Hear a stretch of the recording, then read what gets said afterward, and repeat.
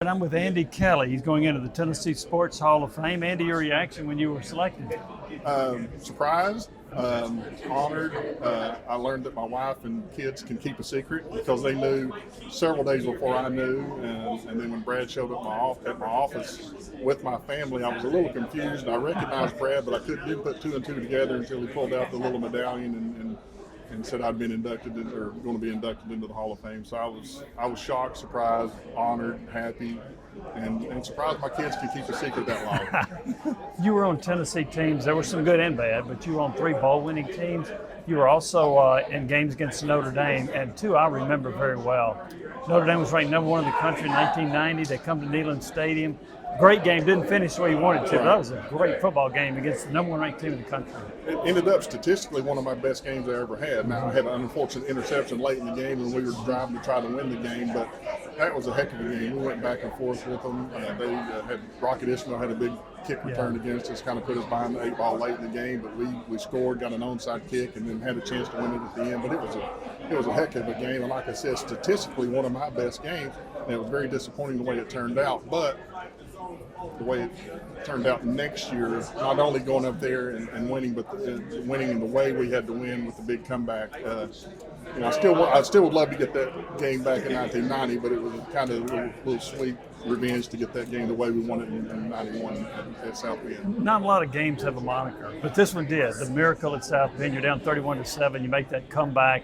And then at the end of the game, Jeremiah Lincoln blocks the field goal with his behind, I think it was. What was the reaction like at that moment for Tennessee? Well, for me, at the very moment, I didn't watch. I thought there's no way we made this comeback that they're going to be able to come back and win this game. And so I just kind of had my head down and I peered off to my right, and where I could see part of the Tennessee section. So I could tell the ball had been snapped. I looked away.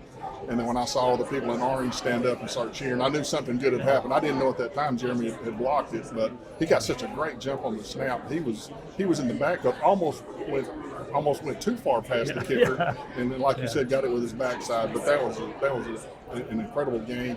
I didn't like the fact that we got down the way we did. I made some mistakes early in defense. We had to make some adjustments at halftime to slow down the running game. But the thing I remember about that game is nobody panicked. We knew we were as good or better than Notre Dame, and we could beat them. But we had to stop being so good to them. We had to stop giving them big plays. We had to stop turning it over.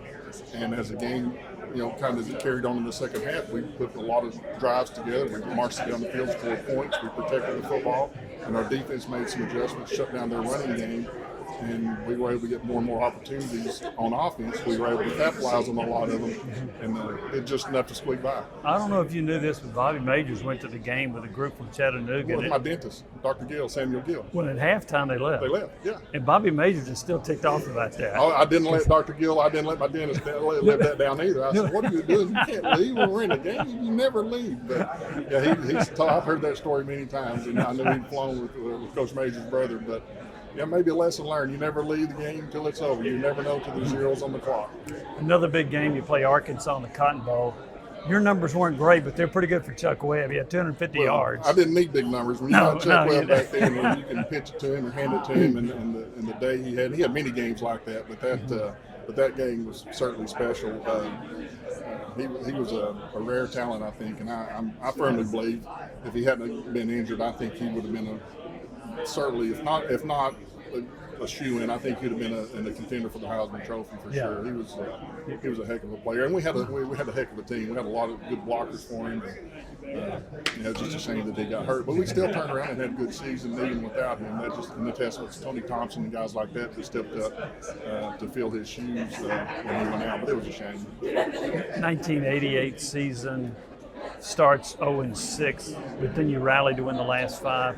I thought that kind of set the tone for the 1989 season. I think it did, and even a lot of guys in I didn't play a lot that season, but I was back up for most of the season to Jeff Francis. But I think a lot of my guys in my class did get to play, and I think it helped not just our class, but even the older guys that still had eligibility left. It kind of cemented in our mentality, like, hey, it's never over till it's over. things may not start the way you want it to start, and certainly that season started really badly, and we didn't like that. But nobody quit. And it's kind of like the Notre Dame game that happened. Nobody quit. We kept plugging along, kept working, and kind of turned that season around. And like you said, when we did that, I don't think there's any doubt that gave us momentum and confidence for the guys coming back that, hey, we can win, we can play with these guys we play against in the conference every week. And, we came back the next couple of years and had a pretty good run. You mentioned Chuck Webb. You had a couple of pretty good receivers too, in Alvin Harper and Carl Pickens. Yeah, well, Carl Pickens, Corey Fleming, Yep. Craig Farr. I was blessed to be at Tennessee at a really good time for a quarterback. But, yeah, Alvin Harper and Carl Pickens were just tremendous athletes, and just made my job a lot easier. When you throw back, and usually if you can get it close to them, they're going to come down with that. That's a quarterback's dream. What did it mean to you, Andy, that you're from Ray County and you went to the University of Tennessee, you played there, you had a lot of success there, as we mentioned, won bowl games, you had a couple of seasons ranked in the top 10. What does that mean to you? Well, first of all, it was a dream come true. Since I was old enough to walk and talk, I dreamed of playing at the University of Tennessee. And, I always tell people there's guys that maybe were better arms, faster, stronger than I was, but I don't think anybody had more pride than putting that orange jersey on than I did, and representing the University of Tennessee, and then just representing the state of Tennessee. It was a joy for me to be able to do that, and I feel very fortunate, very lucky. Andy, thank you. Appreciate it. Congratulations. Congratulations. Thank you very much. I appreciate it.